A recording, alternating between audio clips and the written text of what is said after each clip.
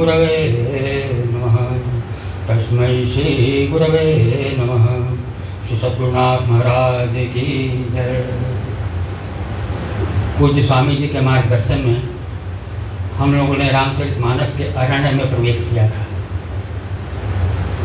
और किया था जब तो भरोसा ये था कि स्वामी जी हम लोगों को उचित मार्गदर्शन देंगे। हम लोग वहाँ से बाहर निकालने का भी आश्वासन दिया था। और संत की महिमा ये है कि जंगल भी मंगलमय लगने लगता है अच्छा इसी में रहें, निकले में क्या थोड़ी देर। मुझे स्वामी जी के श्रीमुख से जिस तरह से लालित्यपूर्ण ढंग से हम लोगों को कथा प्रसंग श्रवण करने का मौका मिला, यह हम सबका परम सौभाग्य है। और यह भरोसा भी स्वामी जी हम लोग को बाहर ला के जरूर छोड़ेंगे। कल का थोड़ा समय हम लोगों का व्यस्त होगा, इसलिए एक सूचना भी दे दूँ। हालांकि कम लोग हैं। भगवान राम जब जंगल से बाहर निकले थे तो उनको तुरंत हनुमान जी मिल गए थे। इसके अंदर हनुमान जी मिलते हैं। चिन्मय मिशन प्रयाग भी वही स्वामी जी आपको इस जंगल से बाहर छोड़ेंगे, हनुमान जी से मिलाने का आश्वासन देता है। पूज्य स्वामी अभेदानंद जी वो संत होंगे जो हमको हनुमान जी से मिलाने वाले हैं। 22 तारीख से 22 अगस्त से 30 अगस्त तक हनुमत कथा में आप सभी लोगों का सारा आमंत्रण है। 22 से 30। कल के कार्यक्रम में थोड़ी व्यस्तता रहेगी तो शायद मैं भूल जाता, तो मैं बताऊं तो हनुमान जी से भी मिलने का आश्वासन चिन्मय मिशन ने आपको दे रहा है। हरिओम। पूज्य स्वामी जी के श्री चरणों में निवेदन है।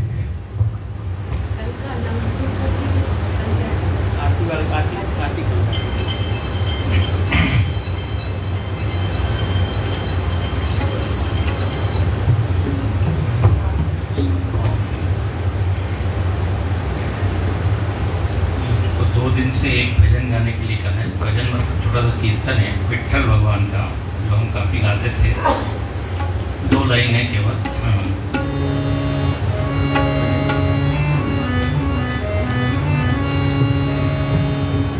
महाराष्ट्र से आए तो विट्ठल भजन भी होना चाहिए। पांडुरंग विठ्ठले हरि नारायण, पांडुरंग विठ्ठले हरि नारायण।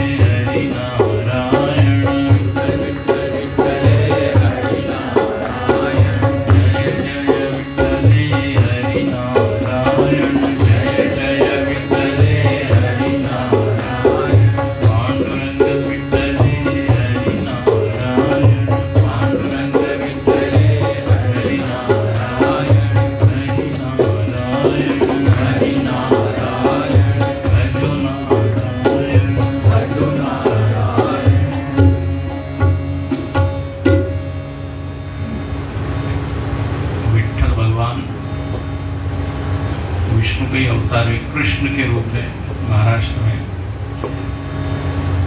जैसे उड़ीसा में जगन्नाथ जी है, जैसे महाराष्ट्र में विठ्ठल है। विठ्ठल रखुमाई, रखुमाई मतलब रुक्मिणी, कृष्ण और रुक्मिणी,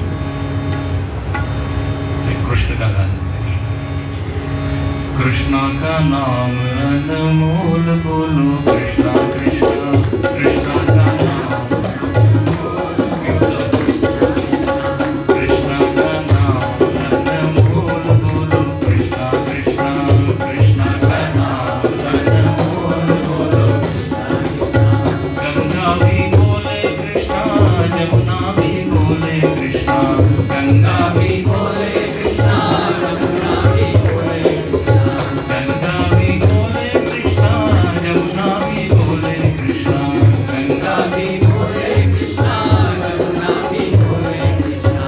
सागर की लहरों से आवाज आए कृष्णा कृष्णा, सागर की लहरों से आवाज आए कृष्णा कृष्णा, कृष्णा का नाम अनमोल बोलो, कृष्णा कृष्णा, कृष्णा का नाम अनमोल बोलो, कृष्णा कृष्णा। चंदा भी बोले कृष्णा, सूरज भी बोले कृष्णा, चंदा भी बोले कृष्णा, सूरज भी बोले कृष्णा, चंदा भी बोले कृष्णा, सूरज भी बोले कृष्णा, चंदा भी बोले कृष्णा, सूरज भी बोले कृष्णा। तारों की झिलमिल से आवाज आए कृष्णा कृष्णा, तारों की झिलमिल से आवाज आए कृष्णा कृष्णा। गैया भी बोले कृष्णा, बछड़े भी बोले कृष्णा, गैया भी बोले कृष्णा, बछड़े भी बोले कृष्णा, गैया भी बोले कृष्णा, बछड़े भी बोले कृष्णा, गैया भी बोले कृष्णा, बछड़े भी बोले कृष्णा। गोकुल की गलियों से आवाज आए कृष्णा कृष्णा, गोकुल की गलियों से आवाज आए कृष्णा कृष्णा। ब्रह्मा भी बोले कृष्णा, विष्णु भी बोले कृष्णा, ब्रह्मा भी बोले कृष्णा, विष्णु भी बोले कृष्णा, ब्रह्मा भी बोले कृष्णा, विष्णु भी बोले कृष्णा, ब्रह्मा भी बोले कृष्णा, विष्णु भी बोले कृष्णा। शिव जी के डमरू से आवाज आए कृष्णा कृष्णा, शिव जी के डमरू से आवाज आए कृष्णा कृष्णा। हम भी बोलेंगे कृष्णा, तुम भी बोलो ना कृष्णा, हम भी बोलेंगे कृष्णा, तुम भी बोलो ना कृष्णा, हम भी बोलेंगे कृष्णा, तुम भी बोलो ना कृष्णा, हम भी बोलेंगे कृष्णा, तुम भी बोलो ना कृष्णा। सबके हृदय में से आवाज आए कृष्णा कृष्णा, सबके हृदय में से आवाज आए कृष्णा कृष्णा, कृष्णा का नाम अनमोल बोलो, कृष्णा कृष्णा, कृष्णा का नाम अनमोल बोलो, कृष्णा कृष्णा। कान्हा का नाम अनमोल बोलो, कृष्णा कृष्णा, कान्हा का नाम अनमोल बोलो, कृष्णा कृष्णा। कृष्णा कृष्णा राधे कृष्णा, कृष्णा कृष्णा राधे कृष्णा, कृष्णा कृष्णा राधे कृष्णा, कृष्णा कृष्णा राधे कृष्णा, कृष्णा कृष्णा गोपाल कृष्णा, कृष्णा कृष्णा गोपाल कृष्णा, कृष्णा कृष्णा राधे कृष्णा, कृष्णा कृष्णा राधे कृष्णा, कृष्णा कृष्णा कृष्णा कृष्णा कृष्णा कृष्णा कृष्णा कृष्णा कृष्णा कृष्ण कन्हैया लाल की जय। नीलांबुश्यामलकोमलांगं सीता समारोपितवामभागं, आणौ महासायकचारुचापं नमामि रामं रघुवंशनाथम्। अतुलितबलधामं हेमशैलावदेहं, ज्ञानिनामग्रगण्यं सकलगुणनिधानं वानराणामधीशं, रघुपतिप्रियभक्तं वातजातं नमामि। राम गीता के संग में हमने अति संक्षेप में 5 प्रश्नों के उत्तर सुने। इसका विस्तार सारे वेदांत ग्रंथों में है। वैराग्य मतलब क्या, भक्ति यानी क्या, माया का सही लक्षण क्या। लेकिन यहाँ पे भगवान ने ही कहा था कि थोड़े ही महसब कहो बुझाए, तो हमने भी संक्षेप में देखा। भक्ति का बड़ा प्यारा लक्षण किया यहाँ पर, यया द्रुतम सद्रवती। गुरु जी ने मानस भक्ति सूत्र लिखा, पूज्य गुरु जी स्वामी तेजोमयानंद। तो मानस में जहाँ जहाँ भक्ति के प्रसंग आए उन्होंने उसको संस्कृत में लिखे। 14 या 18 सूत्र है। भक्ति का लक्षण जो यहाँ बताया वही उन्होंने लिखा कि जिसके द्वारा भगवान द्रवित हो जाए, भाव विभोर हो जाए, भगवान को लगे मैं इनसे कब मिलूं, मैं इनको कितना दूं। ऐसा जब भगवान को लगे, मतलब भगवान के हृदय में हम शासन करें, बोले बस वो भक्ति है। कि भगवान बोलते ही है अहम भक्त पराधीन, पराधीन हूं, भले ही पूरा जगत मेरे अधीन है, देखिए, लेकिन मैं किसके अधीन हूं? भक्त के। तो यहां पर भगति जोग सुनि अति सुख पावा। लक्ष्मण जी अत्यंत प्रसन्न हुए और वहां सत्संग होते रहे। बोले एक दिन जब भगवान उस वन में विराजमान है, पंचवटी में, गोदावरी के निकट, दंडकारण्य में, ये जो सारा भाग है दंडकारण्य के, वहां पे एक दिन एक घटना घटी। 16वें दोहे के बाद तीसरी चौपाई। सूपनखा रावण के बरनी, दुष्कर भय दारुण जस हरिणी। पंचवटी सो गई एक बारा, प्रीति विकल भई जुगल कुमारा। भ्राता पिता प्रभु प्रचारी, पुरुष मनोहर निरगत नारी। कोई विकल सत मन ही न रोगी, जिय विमनि द्रवन रवि विलोकी।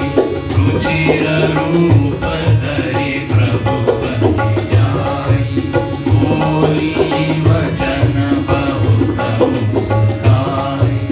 तुम सम पुरुष न हो समनारी, यह संजोग विधि न विचारी। मम अनुरूप पुरुष जग माही, देख्यौ भोजि लोकति मुदा। बाते अबल गिरहि कुमारी, मनमाना महि निहारी। सूर्पणखा रावण के बहिनी, पंचवटी सो गई एक बारा। फिर आ गया एक बार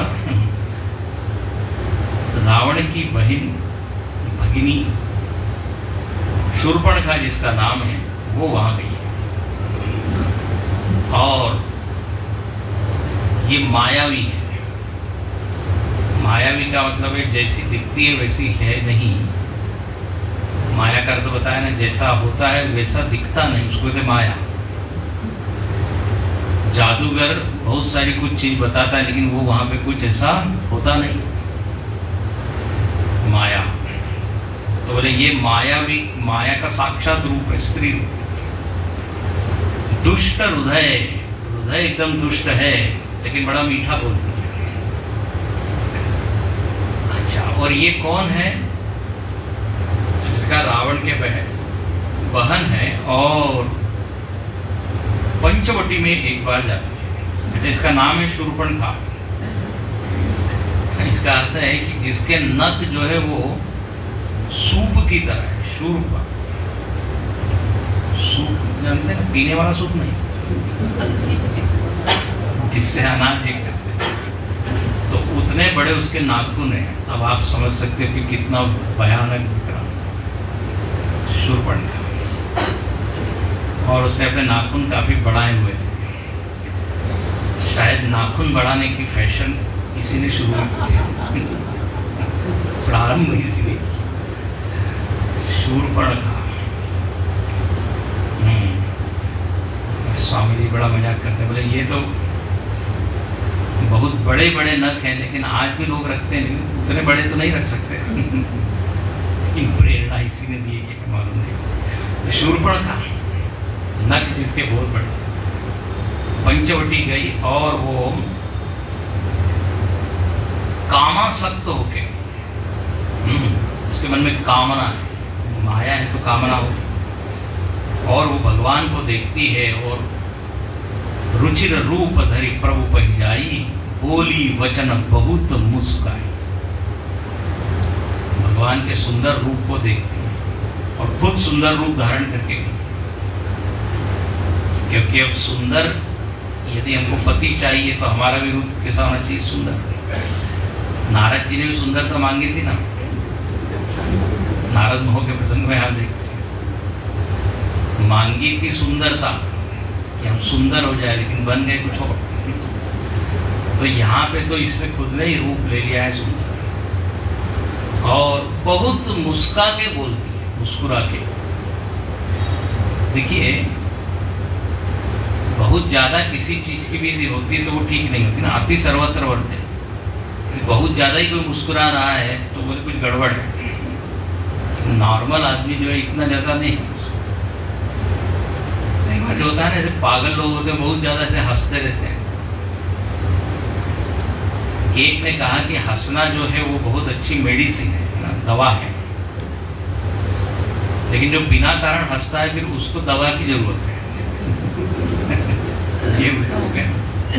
तो अब ये बहुत मुस्काई, अब बहुत मुस्काने का कोई वहाँ प्रसंग था नहीं, लेकिन भगवान को प्रभावित करना चाहती है और बोल ही देती है, क्या तुम सम पुरुष न मोह सम नारी।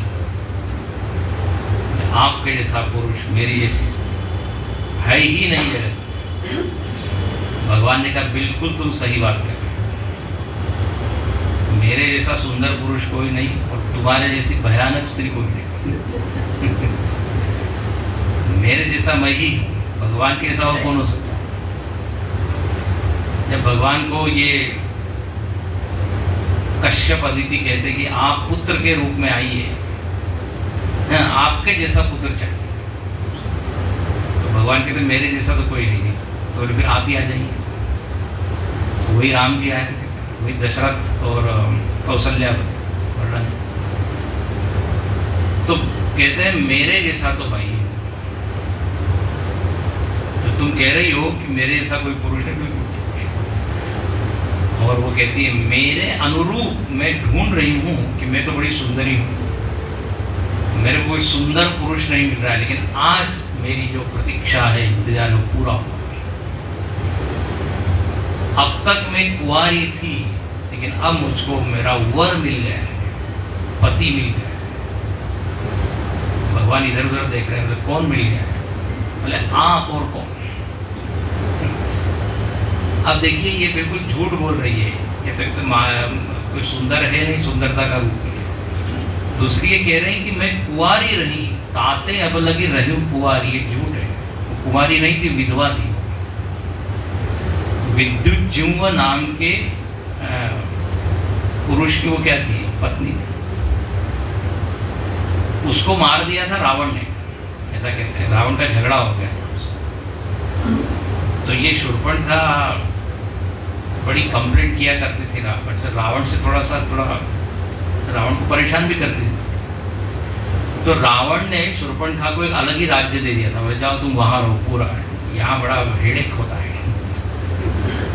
ये विद्युत जीवों को मार दिया था रावण ने, इसलिए शूर्पणखा के मन में थोड़ा सा क्या कहे, कड़वाहट। अच्छा, रावण को भी ये थोड़ा तो लगता ही था कि अरे मैंने मेरे बहन के पति को मार दिया। तो अब इसको दूर ही करें तो ठीक, तो वो दंडकारण्य के एरिया में उसको रखा हुआ है पंचवटी से। तो अब ये जो कह रही है कि मैं कुमारी हूं, ये झूठ है, गलत है। और भगवान तो जानते हैं, कहते मनुमाना कुछ तुम ही निहारी, मैं तो अब तक कुंवारी हूं, अब आपको देखकर अब मेरा तो मन पूरी तरह हो गया है कि बस आपके साथ ही विवाह किया जाए, आपसे योग्य कोई वर नहीं। अब जब ये हुआ तो भगवान धीरे से देखते हैं माता जी की, सीता जी की, मानो कि इशारा कर रहे हैं कि अब तो हो गया, हमारा तो विवाह हो चुका है, थोड़ी लेट आई हो सीत ही चित ही कहीं प्रभुवाता, उधर देखा और इशारा कर दिया कि अब मेरा विवाह नहीं। लेकिन हाँ, मेरा एक भाई है, अहि कुंवार मोर लघु भ्राता, मेरा छोटा भाई है, वो कुमार है। अब कुमार से अर्थ क्या है? कुआरा।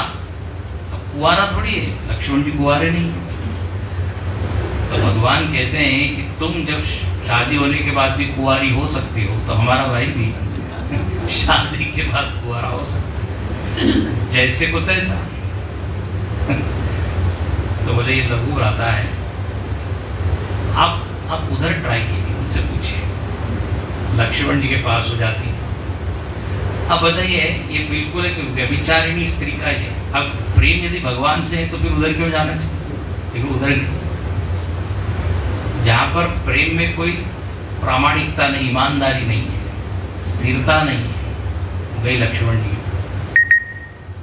अच्छा, गई लक्ष्मण रिपु भगिनी जान। और वो बोलती है कि तुम्हारे भाई ने मुझको, उनका तो विवाह हो चुका है, तुमसे विवाह हो जाए तो कितना अच्छा। तो लक्ष्मण जी मुस्कुराते कहते हैं, हे सुंदरी, लक्ष्मण जी सुंदरी बोलते, हे सुंदरी सुनो मैं उनकर दासा। देखो ऐसा है, तुम यदि मेरे से शादी कर लोगे तो बहुत नुकसान होगा, हानि होगी। तो मुझे क्यों? बोले मैं उनका दास हूं, मैं उनकी सेवा करता हूं, सीता जी की सेवा करता हूं, दो लोगों की सेवा। तुम मेरी पत्नी हो जाओगी तो फिर मेरी सेवा तुमको करनी पड़ेगी, इन दोनों की भी करना पड़ेगी, 3-3 लोगों की सेवा करनी पड़ेगी, तो पराधीन हो जाओगे। और मैं तो उनके पराधीन हूं, मैं विवाह नहीं कर सकता, मैं समर्थ नहीं हूं। यहाँ पे लक्ष्मण जी थोड़ा सा ऐसा हिंट देते हैं, बोले वो जो है ना राम जी, वो समर्थ है, वो राजा है, और राजा लोग तो 2-3 विवाह करते ही हैं, वो तो नॉर्मल है। तो उनका विवाह होने पर भी एक और हो जाए तो उसमें कोई कुछ नहीं होता। प्रभु समर्थ कौशलपुर राजा, जो कुछ करे उन्हीं सब छाता। राजा को तो कोई उनके लिए शोभा देता है, तो तुम उधर जाओ। तो उधर गई, उधर गई, पुनी फिरी राम निकट सो आई। भगवान थोड़ा, अरे मैंने कहा था ना तुमको, फिर आ गई इधर,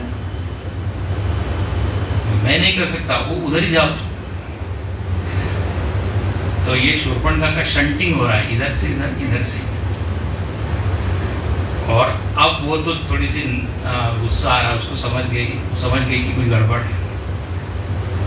अच्छा, इधर भगवान ने इशारा कर दिया। अच्छा, वो लक्ष्मण जी के पास गई तो लक्ष्मण जी ने थोड़ा डांटा, बोले अरे तुम क्या स्त्री हो, तुमको तो कोई लज्जा नहीं, शर्म नहीं, बताइए यहां से वहां से। और थोड़ा सा जोर से बोला तो वो अब नाराज हो गए, उसने अपना भयंकर रूप निकाला, प्रकट किया, रूप भयंकर प्रकट, और सीधे आक्रमण किया सीता जी के ऊपर।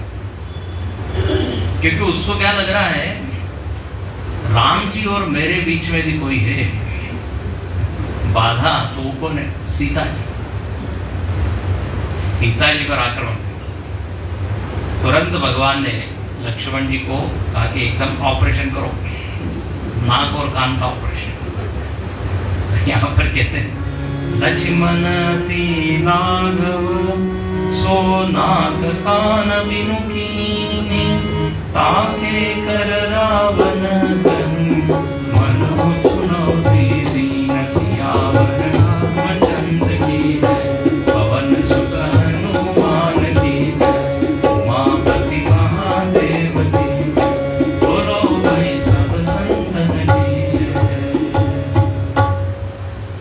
लक्ष्मण जी ने अति लाघव पूरी फुर्ती से वो कुछ करे उसके पहले उन्होंने नाक कान के बिना कर दिया, नाक कान काट दिया। जब नाक कान काट दिया तो कहते हैं वो इतनी बड़ी विशाल आकार की थी, उसमें से रक्त निकलने लगा। तो बोले ऐसा लगने लगा मानो कोई पर्वत में से गेरू की धार निकल, गेरू रंग होता है, और वो जो है वहां से चलती है। यहाँ ज्यादा देर रुकेंगे तो फिर तो हरिओम मतलब मरण ही हो जाएगा। वहां से वो चली और कहाँ गई? सीधे खरदूषण के पास। अब देखो, ये नाक कान के बिना भगवान ने कर दिया या लक्ष्मण जी ने कर दिया, उसका क्या अर्थ है? बोले तुम नाक कान का उपयोग सही नहीं कर रहे हो। कान का उपयोग क्या है? श्रवणम, हाँ, श्रोत्रस्य भूषणम शास्त्रम। कान का भूषण क्या है? शास्त्र। तो बोले ऐसे कान का क्या उपयोग जो सुनता नहीं है? काट। नाक काट दी मतलब क्या? नाक कट गई। तो नाक कट गई मतलब क्या? इज्जत गई। बोले तुम्हारे कोई इज्जत है ही नहीं, लज्जा शर्म है ही नहीं, तुम जैसी हो तुमको वैसी बनाना पड़ेगा। कटी नाक। अच्छा, और जब नाक कान कट गई मतलब वो क्या हो गए? विरूप हो गए ना, विद्रूप, कुरूप। बोले क्योंकि तुम्हारा मन गड़बड़ है तो शरीर भी वैसे ही होना चाहिए। ये कपट है, अंदर से तो तुम कुरूप हो, और बाहर से अपने आप को बड़ी सुंदरी दिखा रहे हो। बोले जैसी अंदर हो वैसी ही बाहर भी होनी चाहिए। भगवान ने इसलिए ये लीला की। और माया का तो रूप है ही। बोले समाज को मालूम पड़ना चाहिए कैसे कैसे मायावी लोग। तो इसलिए भगवान ने नाक कान लक्ष्मण जी के द्वारा उसके निकाल, और मानो कि रावण को चुनौती दे दी। आप देखें तो कृष्णा अवतार में भी पूतना आई थी। पूतना भी ऐसी बड़ी बन ठन के आई थी, सुंदरी। यशोदा मैया को लगा कि साक्षात लक्ष्मी जी आई है। कहां से? वैकुंठ से। भगवान ने कहा आप धोखे में हो, मैं बताता हूं ये कौन। तो ये मायावियों को इनका क्या कहते हैं, असली सत्य दिखाना। मोही कपट छल छिद्र न, ये भगवान को कपट छल। तो अब ये शूर्पणखा जाती है विलाप करते हुए खरदूषण के पास, और उसको जोर जोर से डांटने लगी। दिग दिग तव पौरुष बल भ्राता, तुम्हारे बल को धिक्कार है। खरदूषण कहने लगे क्या हो क्या गया? देख नहीं रहे हो कि किसने ये हाल किए तुम्हारे? पर तुमको कुछ खबर ही नहीं है, तुम इस जंगल में रहते हो। बताया सब सारी घटना का वर्णन। तब खरदूषण कहते हैं ठीक है हम बदला लेंगे, तैयार होते हैं। और यहाँ लिखते हैं शूर्पणखा आगे करिलीनी अशुभ रूप श्रुति नासाहिनी। अनेक राक्षसों को भेजता है, और आगे कौन चल रही है? शूर्पणखा, जिसकी नाक कटी हुई है। ऐसी, अब ऐसा ही लीडर हो कोई इसका नाक कटा हो, वो क्या आपको जीत दिलाएगा? वो सारे राक्षस वहां चलते हैं और गर्ज तर्ज गगन उड़ाई, गर्जन तर्जन करते हैं। बोले अभी मारते हैं, हाँ दोनों को। कौन है ये दोनों भाई? देखिए। अच्छा, जब ये राक्षस लोग आ रहे हैं उतने में भगवान ने लक्ष्मण जी को कहा कि जानकी जी को तुम एक सुरक्षित गुफा में ले जाओ, हाँ मैं देखता हूं। और लय जानकी जाओ गिरिकंदर, आवा निशिचर कटक भयंकर। भयंकर ये सारे राक्षस लोग आ रहे हैं, तो सीता जी को पहले सुरक्षित करो। और सीता जी को तो गुफा में रखो। और जब भगवान तैयार होते हैं, बोले अब खरदूषण से सामना है। यहाँ बड़ा अच्छा गोस्वामी जी को तो जहाँ पे मौका मिलता है भगवान के रूप का वर्णन करते हैं, बाल रूप का, राजा रूप का, वीर रूप का। तो देखो यहाँ पे भगवान तैयार हो रहे हैं बड़े युद्ध करने के लिए। कोदंड कठिन चढ़ाई सिर जट झूठ बांधत सोम्यो मरगत सयल पर धरत धामी कोटि सोजुग भुजग जो कटिक सिनि शंग विसार भुजग चाप विसिक सुधारिक चितवत मनहु राज प्रभु गजराज ग्रामिहार के। कोदंड कठिन, भगवान के धनुष का नाम क्या है? कोदंड। शिव जी के धनुष का नाम क्या है? पिनाक हस्ताय सनातन है, पिनाक। विष्णु भगवान का भी एक शारंग धनु, इनके अस्त्र शस्त्र का भी नाम है। कठिन कोदंड, भगवान ने वो धनुष चढ़ाया, हाथ में लिया, सिर पर अपने जो जटाएं है ना उसको बांधा है और बाण को सुधारते हैं, बड़े बढ़िया वाले बाण सिलेक्ट करते हैं कौन से बाण से उसको मारना है और चलते हैं। जैसे ही भगवान अकेले क्या है, याद रखना है, खरदूषण को भगवान ने अकेले मारा है। 14,000 सेना है खरदूषण। अब वो खरदूषण जब आए हैं तो देखा भगवान को और कहने लगे, अरे ये तो बालक है, यह कौन रूप बालक नरभूषण। हाँ, तो कोई योद्धा तो दिख नहीं रहे। और हमने कि बहुत सारे लोगों को देखा है, नाग, असुर, देवता, मनुष्य, लेकिन ध्यान से सुनना, इनके जैसा सुंदर कोई नहीं देखा। भगवान ने मानव की सुंदरता का बाण चला के ही खरदूषण के ऊपर विजय प्राप्त कर, आदि विजय। उसको युद्ध करने का मन ही नहीं हो रहा है। बोले एक तो कितने सुंदर है, और वो क्या कहता है, खरदूषण क्या कहते हैं, यद्यपि भगिनी हाँ कीनी कुरूपा वध लायक नहीं पुरुषम। पता नहीं कई बार था, लड़ाई झगड़ा करने का मन नहीं होता। कोई बड़ा विनम्र है, कोई शांति से बोल रहा है, उसके साथ झगड़ा करने में मजा नहीं आता। इसका भी फिर स्वर नीचे हो जाता है। झगड़ा कब बढ़ता है, जब वो भी बोलता है, ये भी बोलता है। आवत गाली एक है, उल्टत होए अनेक। शापा शापी भी होता है, शापा शापी, एक शाप देता है, फिर वो भी शाप देता है। दक्ष प्रजापति के यज्ञ में ऐसा ही हुआ था, सब एक दूसरे को शाप देते तो हम लोग कह रहे गाली गलौज, लेकिन अब सामने वाला वो योग्य होना चाहिए ना उस तरफ। यहां युद्ध करने के योग्य तो ये दिख नहीं रहे। तो ये खरदूषण बड़ी दया करते हैं, बताइए। राम जी को कहते हैं कि ऐसा है, अब आपसे तो हम युद्ध नहीं करेंगे क्योंकि मन ही नहीं हो रहा है, आप थोड़े कोमलांगी हैं। आप ऐसा कीजिए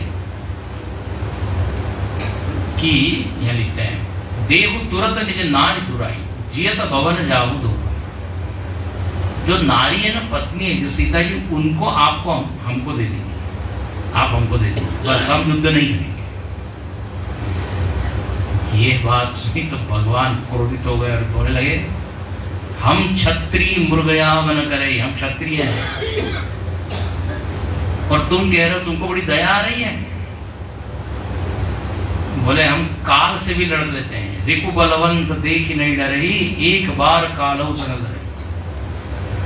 मेरे इस कोमल शरीर को देख के ये मत समझो कि मेरे में कोई शक्ति नहीं है या तुमसे मैं युद्ध नहीं कर सकता। मेरे को दया की भीख नहीं चाहिए, ऐसा बोलते। युद्ध करो। भगवान ने जो है शुरू किया। अब यहाँ पे इतना वर्णन है, 14,000 सेना के साथ भगवान युद्ध कर रहे हैं। तब चले बाण कराल, फुंकरत जन बहु ज्ञान, कोपेउ समर श्री राम, चले बिसिक निसत निकाम। ये छंद में भी वर्णन है।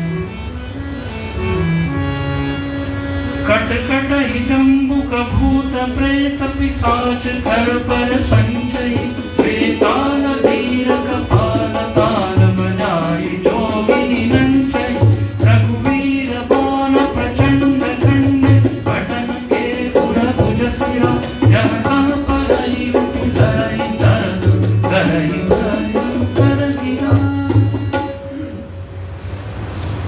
भयंकर युद्ध वहां शुरू हुआ। सियार चिल्ला रहे हैं, क्या क्या वर्णन, बड़ा भयानक वर्णन है। भूत प्रेत खोपड़ियां बटोर रहे हैं। क्या खोपड़ियां? बहुत देर तक युद्ध हुआ। अंत में भगवान ने भी एक माया की। क्या किया? इन राक्षसों को सब दूर राम ही राम दिखने लगे। जो उनके जो राक्षस लोग थे वो राम रूप में दिखाई। तो सबको लग रहा है कि मैं राम को मार रहा हूं। राम राम के मार रहे हैं। राम राम कही तनु तजही पाव ही पद निर्वाण। एक दूसरे को मार रहे हैं। क्या देख रहे हैं? राम के रूप। यहाँ गोस्वामी बड़ा अच्छा कहते हैं, बोले चूंकि मरते वक्त ये राम राम कर रहे हैं तो इनको क्या मिला? निर्वाण। अंत काले च मामेव स्मरण मुक्त्वा कलेवरम अंते नारायण स्मृति।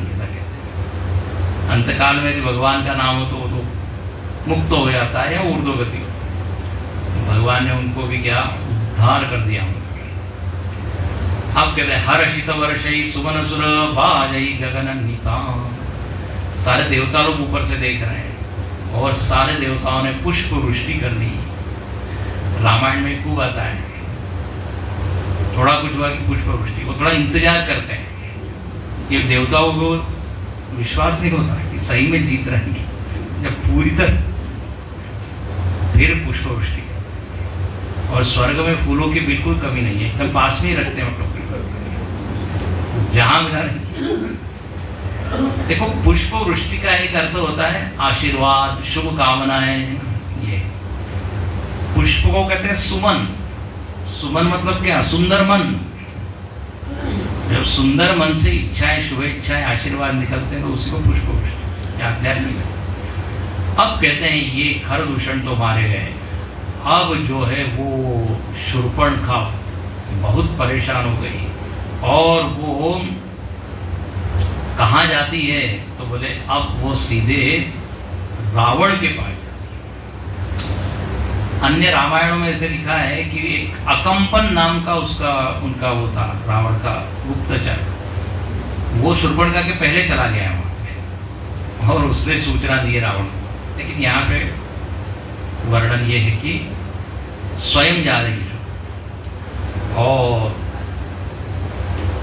बोली वचन क्रोध करी भारी दोष केस के सुरत विसारी। रावण के पास जाके कहती है, अरे तुमने सब कुछ जो है भुला दिया है। तुम दिन रात क्या करते हो? पीते हो और पड़े रहते हो। पीते हो मतलब क्या पीते हो? आप समझ लीजिए। तो करसी पान तुमको कुछ मालूम नहीं है। सुधि नव तव सिर पर आराती। शत्रु तुम्हारे सिर पर आ गया है। और यहाँ पे 7-8 चीजें शूर्पणखा ने बोली है। बड़ी नीति की बात है। राजनीति बिनु धन बिनु धर्मा। देखो कैसे व्यक्ति का नाश होता है, किस किस चीज से किस किस चीज का नाश होता है। बोले नीति के बिना राज्य का नाश होता है। ये बिल्कुल समझने लायक। धन का नाश बिना धर्म के होता है। धन तो है लेकिन धर्म नहीं है। हरि ही समर्पे बिनु सत्कर्मा। हाँ, सत्कर्म हम कर रहे हैं लेकिन भगवान को समर्पित नहीं कर रहे हैं तो उसका नाश होता है। विद्या बिनु विवेक उपजाए। विद्या पढ़ रहे लेकिन विवेक जागृत नहीं है। इस तरह सारे बताएं और अंत में लिखते हैं पानते लाजा। जब हम बहुत मदिरापान इत्यादि करते हैं तो लाज लज्जा सब हो बैठते हैं। और शूर्पणखा ने आगे बहुत बढ़िया बात कही। बोले शत्रु को छोटा मत समझो। उन 5-7 चीजें हैं जिनको छोटा नहीं समझना चाहिए। देखो रामायण में बीच बीच में आप देखते हैं व्यवहार की भी सारी बातें आती हैं। व्यवहार में क्या करना चाहिए, क्या नहीं करना चाहिए। तो देखो किन किन लोगों को छोटा न समझे। रिपु शत्रु, रुज रुज मतलब रोग, अग्नि अग्नि की एक चिंगारी पूरे जंगल को भस्म कर देती। पाप पावक, पाप जो है पाप, पाप मतलब पाप। फिर पावक, पावक आ गया ना, अग्नि आ गया। शत्रु, रोग, अग्नि, पाप, स्वामी। स्वामी मतलब जो मालिक है आपका, कुछ भी दंड दे सकता है, कुछ भी कर सकता है। उसका सर्प, हाँ सांप भले छोटा सा हो लेकिन विष तो घातक ही होगा। बोले इनको छोटा मत समझो, ये शत्रु भले दिख रहा है छोटा, लेकिन देखो उसने खरदूषण को मार दिया, त्रिशिरा को मार दिया, 14,000 सैनिकों को मार दिया। ऐसा वो चिल्लाने लगी और रावण के दरबार में सब ये बोलते। रावण एकदम जो है कहता है जरा ठीक से बताओ, पूरी तरह वर्णन करो। तो शूर्पणखा सब बताती है और उसके बाद अभी कथा पढ़ते रहिएगा। रावण जो है वो अब योजना बनाता है और देखो ये वर्णन है 22वें के बाद, 22वें दोहे के बाद।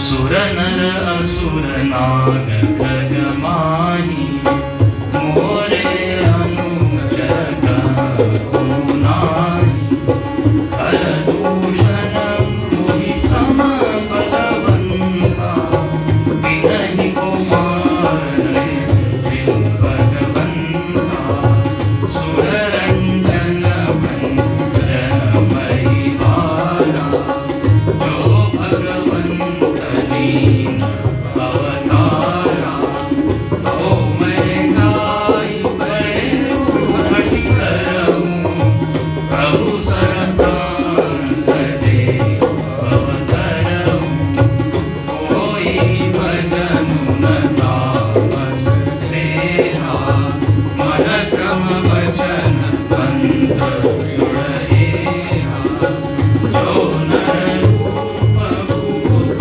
सुख को, हरि नारी जीति धन दो, चला केल जान चरित हवा, बस मारी जसिन तट जहवा, जिहा राम जसि जोई बनाई, सुनहु मासु कथा सुनाई, लक्ष्मण गए बनहि प्रभा, लेनहु भरतंद, जनक सुतासन मोरे, बिहसि कृपा सुख भृंग सियावर, रामचंद्र की जय, पवन सुत हनुमान की जय, बोलो भाई सब संतन की जय। जय जय जोर से बोलना चाहिए। कहते हैं भजन, जब ये सत्संग में जब भजन कीर्तन जय जयकार होता है तो जोर से बोलना चाहिए। क्यों? बोले जब आप जोर से बोलते हो तो सारे पाप निकल जाते हैं। ओ, तो किसी ने पूछा पाप जाते कहाँ हैं? और जो लोग नहीं बोलते उसमें कुछ जाते हैं। बोले, स्वामी जी पहले बोलना चाहिए था, हमने नहीं बोला। जय जयकार। अब यहाँ पे रावण सोचता है, उसको आश्चर्य हो रहा है कि ये कौन है रावण, क्योंकि इतने बलशाली शक्तिशाली खरदूषण को कौन मार सकता है? सामान्य व्यक्ति तो है नहीं, बड़ा मन में तर्क वितर्क करता है और कहता है कहीं साक्षात ईश्वर परमात्मा तो नहीं आ गया है, भगवंत लीना होता,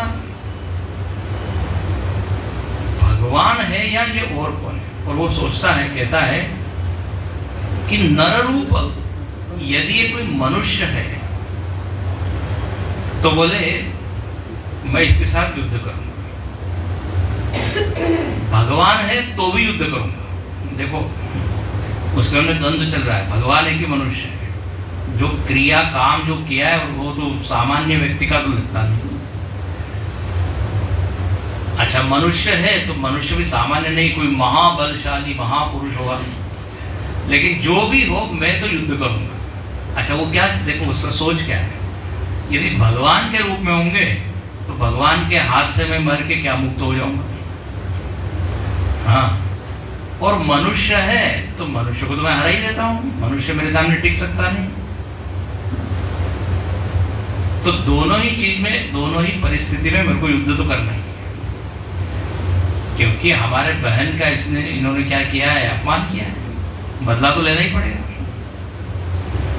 देखो वो सोच रहा है, जो नर रूप भूप सत को हरि हऊ नारी जीति रन दो, नारी का हरण कर लूंगा उनके, मनुष्य यदि है तो, और क्या जीत जाऊंगा। मनुष्य को हराना मेरे लिए कोई बड़ी बात नहीं।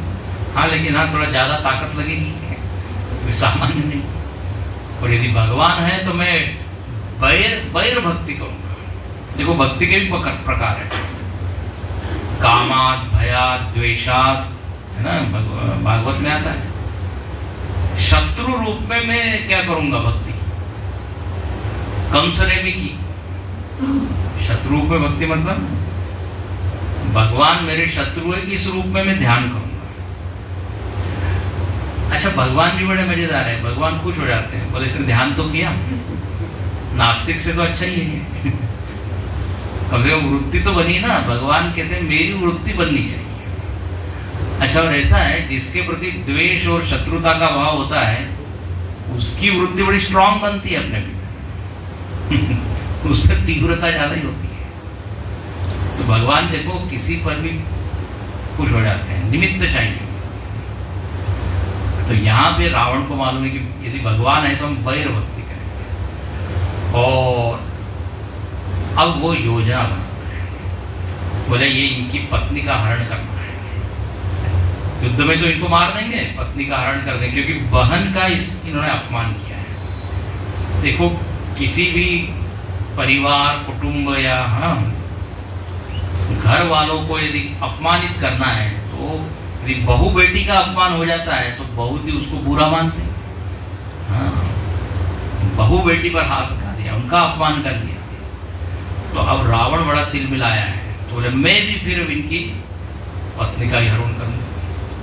और चलता है, चला अकेला, अकेला ही चलता है। देखो इतना अभिमानी, बोले हम निपट लेंगे, बोलते हैं हम देख लेंगे, इतना अभिमान है। और कहाँ जाता है, सबसे पहले मारीच के पास। मारीच उसके मामा जी है। वो मारीच कहाँ पे रह रहा है, तो कहते हैं समुद्र के किनारे।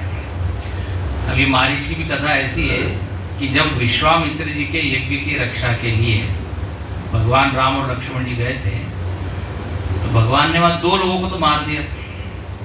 कौन थे वो? ताड़का और सुबाहु।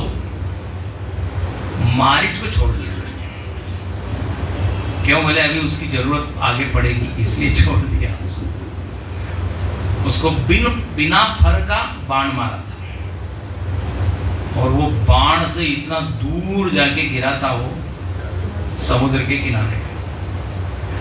अब हमारे गुरुजी तो कहते हैं वो ये मारीच मतलब बड़ा मायावी है ना, माया वगैरह जानता है।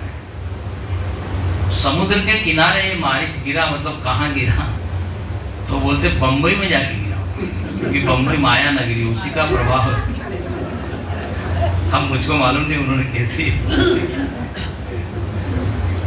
समुद्र माया नगरी, तो ये बहुत दूर जाके गिरा। अच्छा, और एक बाण का ऐसा जबरदस्त प्रभाव था कि दिन रात वो राम राम राम कहते, उसने तो सन्यासी ले लिया था। और उसको कहते ना, एक बार किसको पड़ जाए तो फिर भूलता नहीं है। तो अब ऐसे मारीच के पास वो गया है रावण, और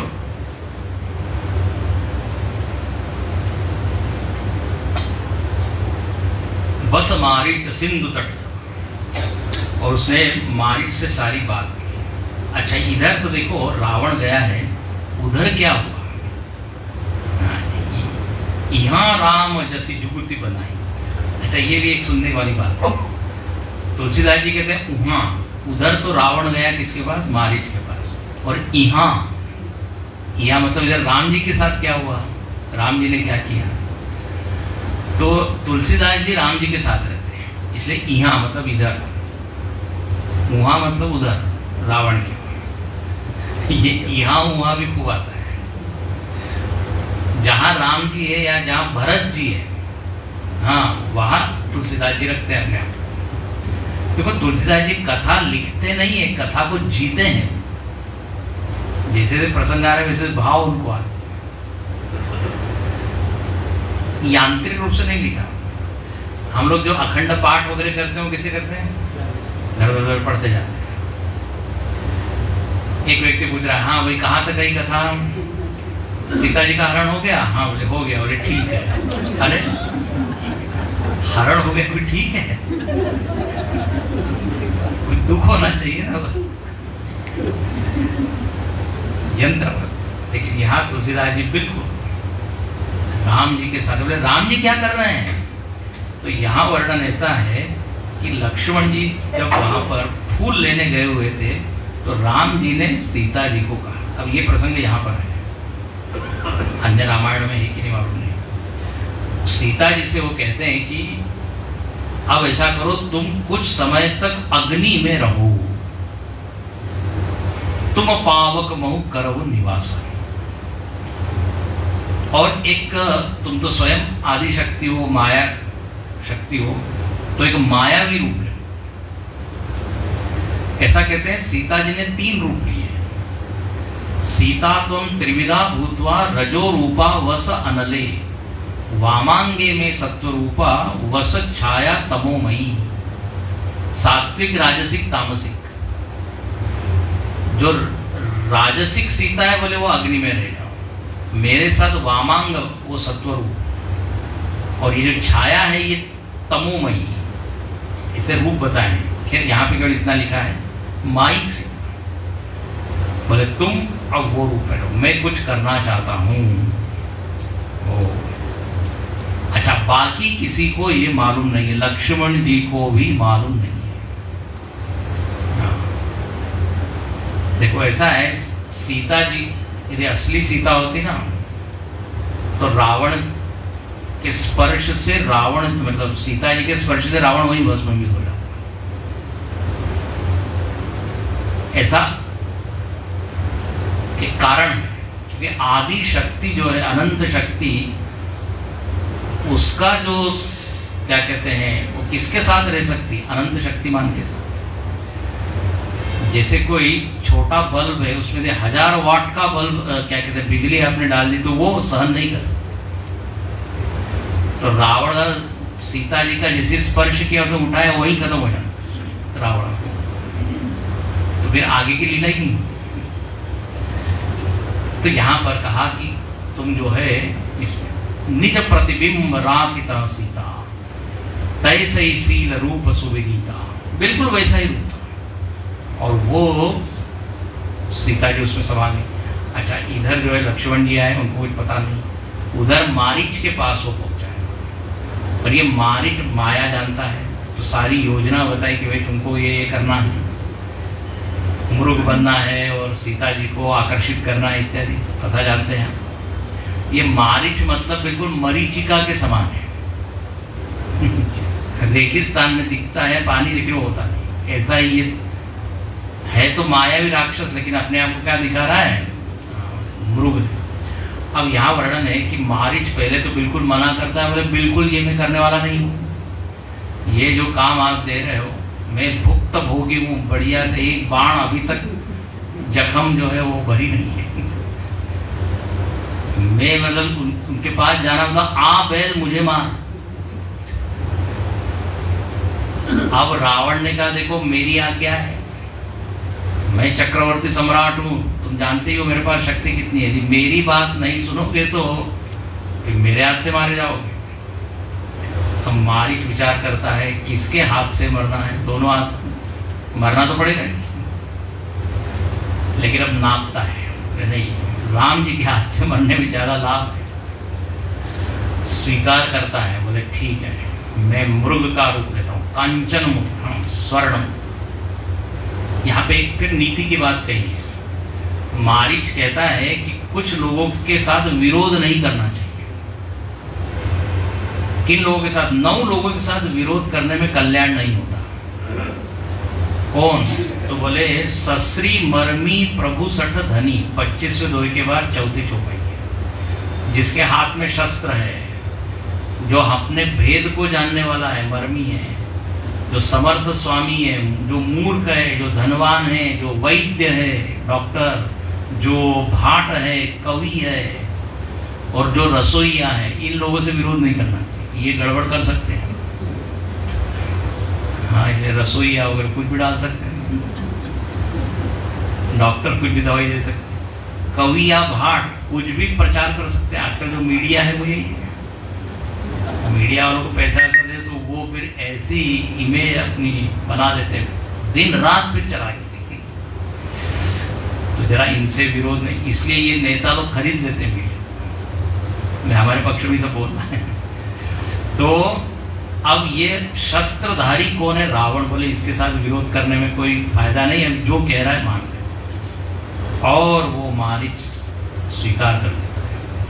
अब कहते हैं इधर जब भगवान सीता जी और लक्ष्मण जी रह रहे हैं कुटिया में, तो ये वहां पे आता है मारी, और अत्यंत ऐसा सुंदर उसने रूप लिया है, विलक्षण हिरण का। सीता जी की नजर जाती है। अब देखो, एक बार देखने से तो आकर्षण नहीं होता, एक बार देखने से ठीक है, लेकिन ये मारीच जो है क्या करता है, जानबूझ के बार बार आता है। ध्यायतो विषयान पुंसः संगस्तेषु उपजायते। विषयों का जो बार बार ध्यान करते हैं ना, एक बार से नहीं होता, बार बार ध्यान करने से उसमें क्या है, संग आया, आसक्ति है। सीता जी के मन में आ गया, बोले कितना सुंदर है। राम जी से वो कहती है इसको तो मुझको चाहिए, आप जीवित लाइए या मृत लाइए, ये मुझको चाहिए। जीवित हो तो बहुत बढ़िया, यहाँ पे शोभा बढ़ाएगा अपने, मैं उसको पालूंगी। और मृत यदि आप मार के लाओगे तो उसके छाल से हम आसन बनाएंगे। ये सब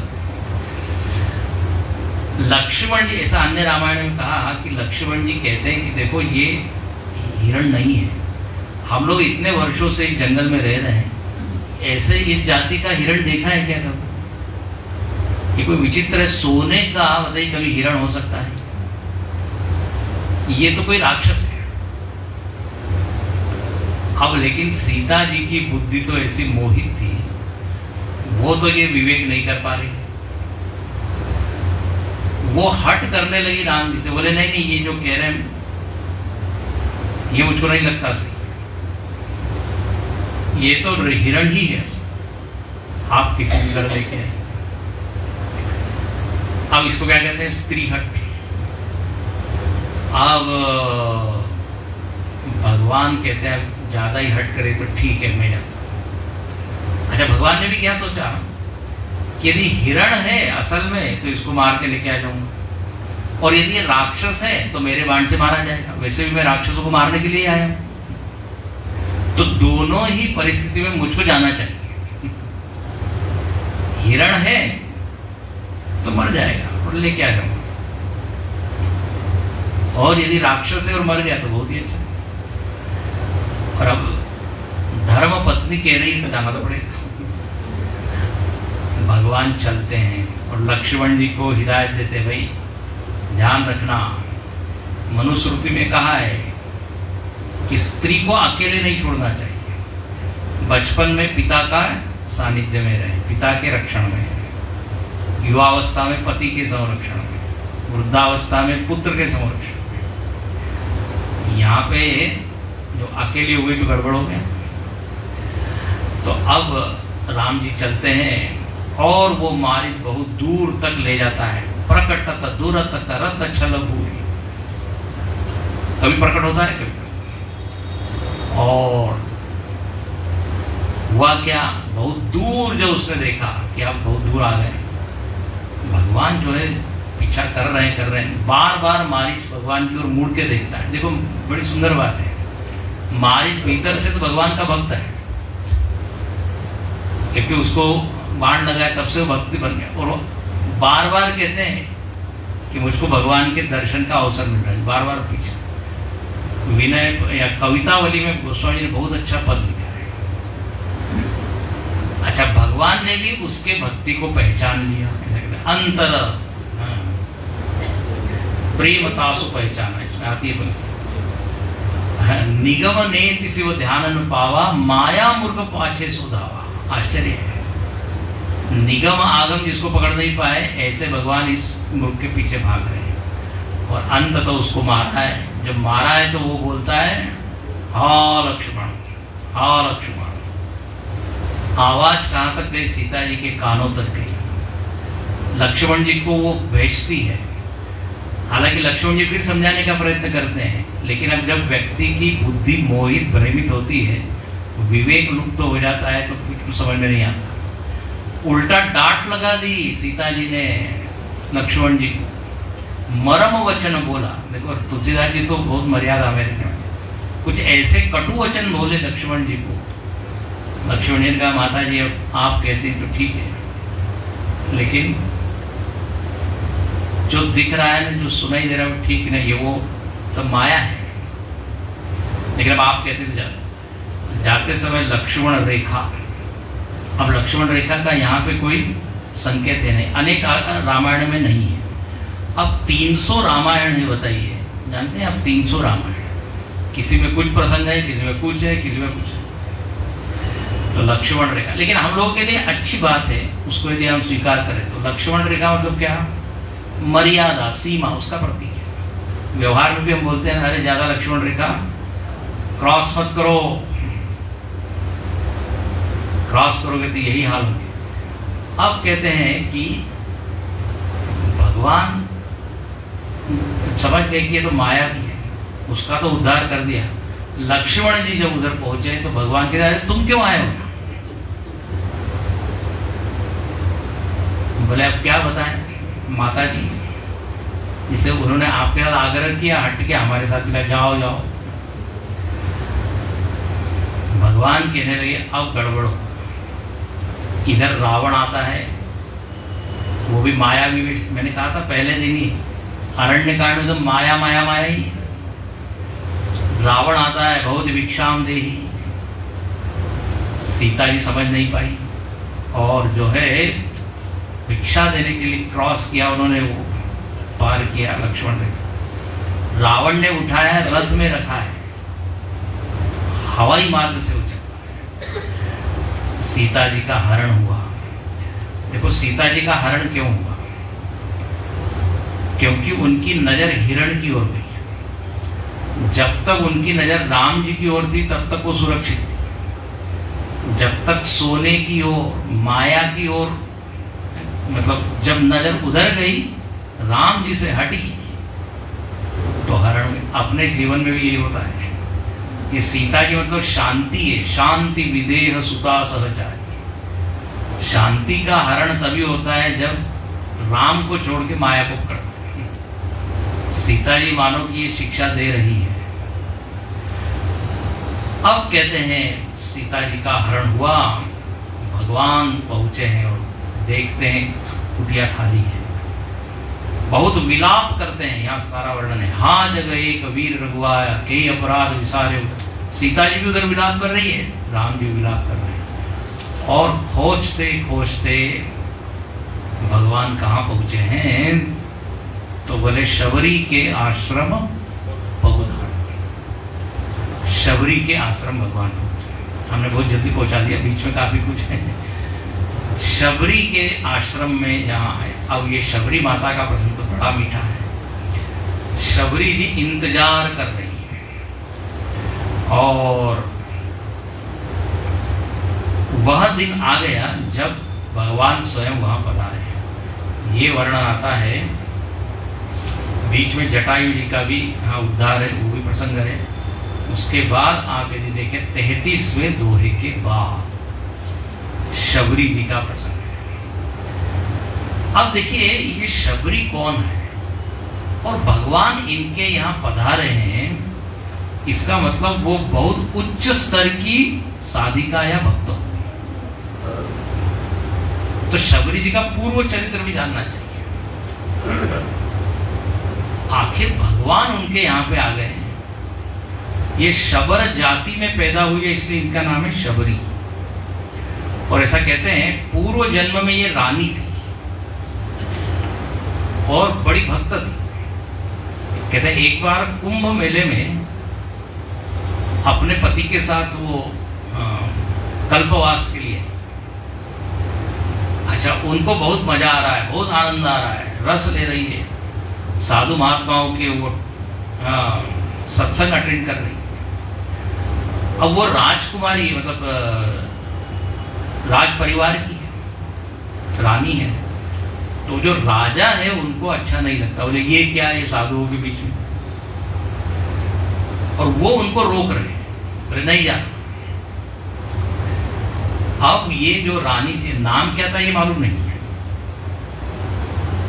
उन्होंने कहा कि जिस शरीर से मैं भक्ति नहीं कर सकती उस शरीर को रख के क्या फायदा। ध्यान से सुनना।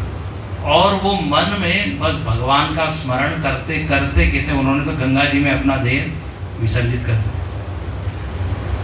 और विसर्जित करते समय एक ही मांगा भगवान से कि अगले जन्म में मैं आपकी पूरी भक्ति कर सकूं जो अभी अधूरी रह गई। और गीता में नियम है, जो आपकी अंतिम मृत्यु होती है तदनुसार गति होती है। तो वह जो है रानी शबरी के रूप में, अच्छा उन्होंने मरते वक्त ये भी कहा देखो कि मुझको ये जो बड़ा कुल है कि मैं राज परिवार में हूं इसलिए भक्ति नहीं कर पा रही हूं। बाधा क्या है भक्ति में, ये वंश है बड़ा कुल, तो अगले जन्म में मुझको कोई उच्च कुल में जन्म नहीं चाहिए, बिल्कुल निम्न कुल में तो भी चलेगा लेकिन भक्ति उच्च चाहिए।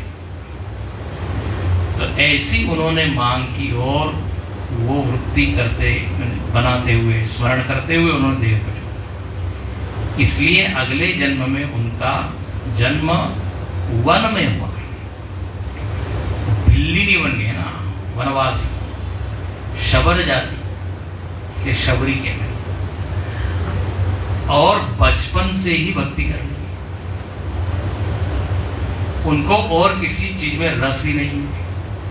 गीता में देखो नियम है, योग भ्रष्टो भी जायते, इसको कहते हैं योग भ्रष्ट, अथवा योगिनाम एव कुले भवति धीमताम, है ना, शुचि नाम श्रीमताम के योग भ्रष्टो भी जाए। उसके बाद है एतद ही दुर्लभतरम जन्म यदि दुष्म, दो तरह के योग भ्रष्ट बताए हैं।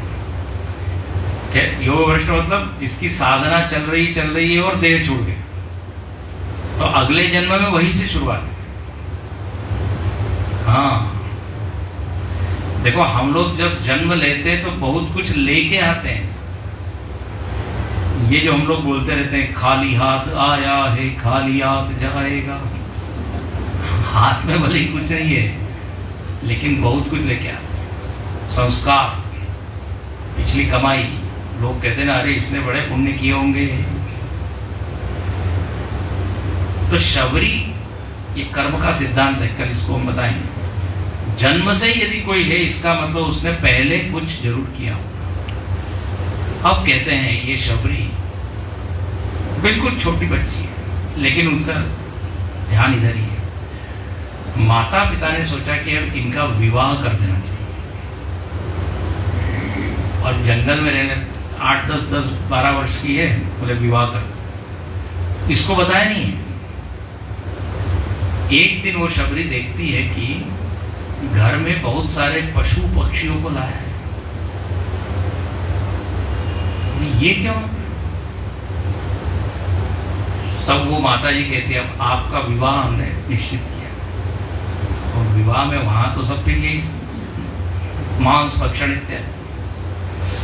शबरी को ये सुनते ही एकदम झटका लगता है, क्या मेरे विवाह के कारण इतने पशुओं की बलि? मैं ये विवाह नहीं करूंगी, मन ही मन सोच ले। और ऐसा कहते हैं रात्रि में उसने क्या किया, वो पशुओं को सबको छोड़ दिया और खुद घर से भाग गई। और उसके मन में बस एक ही है कि मुझको कोई गुरु मिले, मुझको कोई संत मिले जिसके आश्रय में रह के मैं अपनी साधना खोज रही है। अब वन में अनेक ऋषि मुनि रह रहे हैं, लेकिन देखिए शबरी कहती है कि मुझको संकोच है किसी की भी आश्रम में जाने का, क्योंकि मैं निम्न जाति की, अधम जाति की, लेकिन मन में तीव्र इच्छा है, तो क्या करें, जाने में तो संकोच है। तो वहां पर एक ऋषि थे जिनका नाम था मतंग ऋषि। अरे इनकी हम सेवा करते हैं। अब उन्होंने क्या किया, अंदर तो गई नहीं आश्रम में, सुबह 3 बजे 4 बजे वो क्या करती, उस आश्रम के बाहर झाड़ू लगाती, स्वच्छ करती, और कुछ फल फूल पूजा का सामान वहां रखे, गुप्त रूप से सेवा करती। देखो सेवा करने का मन हो तो व्यक्ति कुछ भी उपाय निकाल देता है। बोले मैं ये नहीं चाहती कि क्या मेरी सेवा का बड़ा क्या प्रशंसा हो, तारीफ, बस सेवा हो जाए उससे भगवान की कृपा। अब कहते हैं जब रोज ऐसा होने लगा तो एक दिन मतंग ऋषि ने अपने शिष्यों को कहा, बोले जरा देखो ये कौन रख के जाता है। वो सब कह रहे हमको तो मालूम नहीं, हम जब उठते हैं सुबह तो पहले से ही सब रहता है पूजा का सब। तो मतंग ऋषि ने कहा कि एक दिन तो कम से कम 3 बजे उठो, 4 बजे उठो, जल्दी उठो, देखो। तो देखते क्या है कि एक छोटी सी लड़की ये काम कर रही है, उसको पकड़ के ले गया मतंग ऋषि के सामने उपस्थित करते, बोले ये है। तब ऋषि उनसे पूछते तुम कौन हो, तुम्हारा नाम क्या है, तुम ऐसा क्यों करती हो। तो शबरी ने अपनी सारी इच्छा बताई, तेरी क्या इच्छा है। तब वो मतंग ऋषि अति प्रसन्न हुए, बोले देखो इतनी सी है ये छोटी, लेकिन इसकी इच्छा कितनी शुद्ध है, पवित्र है, तीव्र है। भक्ति के लिए इसने सब कुछ छोड़ा, और संकोच के कारण बताइए गुप्त रूप से सेवा कर। मतंग ऋषि ने कहा तुम डरो नहीं, इसी आश्रम में रहो। उन्होंने उनको आश्रय दिया और बोले आज से तुम क्या करो, राम नाम करो, नाम की दीक्षा दे दी और उनको साधना में लगा दिया। अब कहते हैं उस आश्रम में रहती है, सेवा करती है, दिन बीत रहे हैं, धीरे धीरे वो बड़ी हो रही है। अब ऐसा समय आया कि मतंग ऋषि जो है वो वृद्ध हो गए। अब बोले अब मुझको तो जाना है, लेकिन शबरी कहती है कि अभी तक तो आप थे, जब आप नहीं रहेंगे तो मैं किसके आश्रय में रहूंगा। तब मतंग ऋषि कहते हैं जिसके आश्रय में अब तक रही, मेरे आश्रय में नहीं थी तुम, राम जी का ही आधार, राम जी का ही आधार आगे भी रहेगा। बोले मैं क्या साधना करूं। तो ऋषि कहते हैं राम नाम करो, बस एक है, राम राम रटते रहो, जब लगी घट में प्राण, कबहुक दीन दयाल के भनक परेगी काम। एक दिन ऐसा आएगा कि जिस राम का तुम नाम ले रहे हो वो स्वयं नामी, तो स्वयं राम यहाँ पे पधारेंगे। बस ऐसा कह के उन्होंने तो अपने देह को छोड़ दिया मतंग ऋषि। अब शबरी अकेली राम नाम का जप कर रही है, रोज प्रतीक्षा कर रही कि भगवान आ जाएंगे आ जाएंगे, लेकिन दिन बीत रहे भगवान नहीं आ रहे। कभी लगता है इस रास्ते से आएंगे तो उस रास्ते को स्वच्छ करते, कभी लगता है इस रास्ते से आएंगे इस रास्ते को। तो नित्य का उनका काम क्या हो गया, जो रास्ते हैं आसपास के वो स्वच्छ करना, रोज फल फूल तोड़ के रखना, यदि आज भगवान आ जाए तो तुरंत देना। तो देखो सारी वो सेवा कर रही है, वो सेवा भगवदार्पित हो गई, रामार्पित। अपने घर पे यदि कोई आने वाला होता है मेहमान, तो देखो हम जो भी करते हैं वो उसको ध्यान में रख के करते हैं। कौन सा पदार्थ बनाते हैं भोजन का, बोले उनको ये अच्छा लगता है। कदाचित वस्त्र भी हम वही धारण करते हैं जिनसे वो प्रसन्न होते हैं, बोले उनको ये अच्छा लगता है इसलिए। तो उठना बैठना चलना फिरना किसके लिए समर्पित हो जाता है, उस व्यक्ति के लिए। ऐसे यहाँ पर सब कुछ राम जी के लिए समर्पित। तदर्पिता अखिलाचारता तद विस्मरणे परम व्याकुलता, कल जो मैं सूत्र बोल रहा हूं, जो फूल ला रहे हैं फल ला रहे हैं वो भगवान के। अब ऐसे दिन बीत रहे हैं, जो शबरी युवती थी वो अब हो गई वृद्ध, हाथ में छड़ी आ गई, आंखें कमजोर हो गई, चेहरे पे झुर्रियां पड़ गई, कमर झुक गई। लेकिन अद्भुत है, इसको कहते हैं गुरु के वचनों पे विश्वास। उन्होंने साधना छोड़ी नहीं, उन्होंने गुरु जी ने कहा है ना आएंगे तो जरूर आएंगे। और शायद जानबूझ के ऋषि ने बताया नहीं कि कौन से दिनांक को आएंगे, कौन से तिथि को। प्रतीक्षा में क्या होता है, अपनी वृत्ति सहज उधर तीव्रता से लगी रहती है। तो दिन पर दिन उनकी देखो आश्चर्य है, शरीर तो वृद्ध हो रहा है लेकिन इच्छा वृद्ध नहीं। कितना प्रगाढ़ विश्वास। तो शबरी जी के जीवन में देखिए क्या क्या है।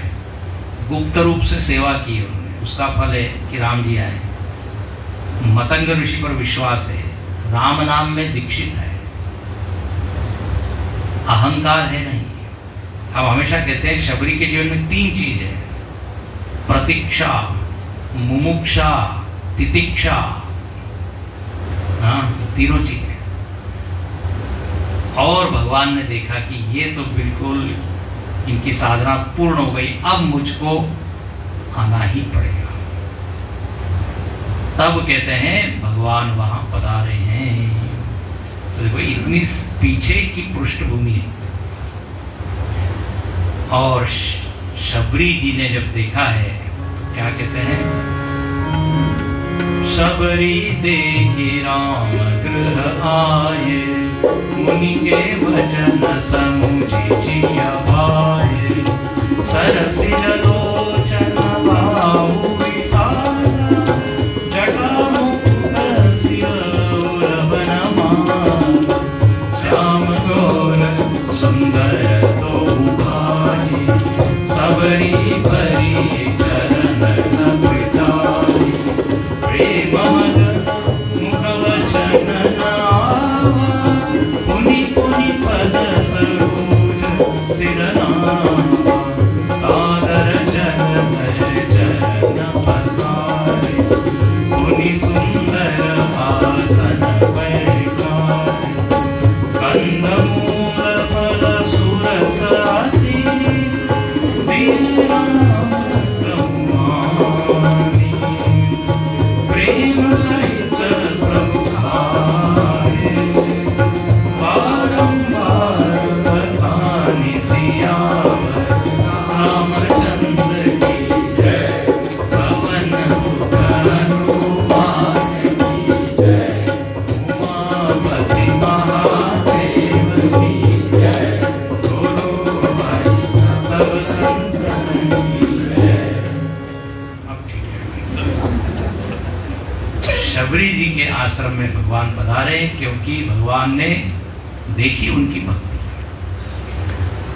अब एक भजन है कि राम नाम अति मीठा है, कोई गा के देखे, आ जाते हैं राम कोई बुला के देख ले।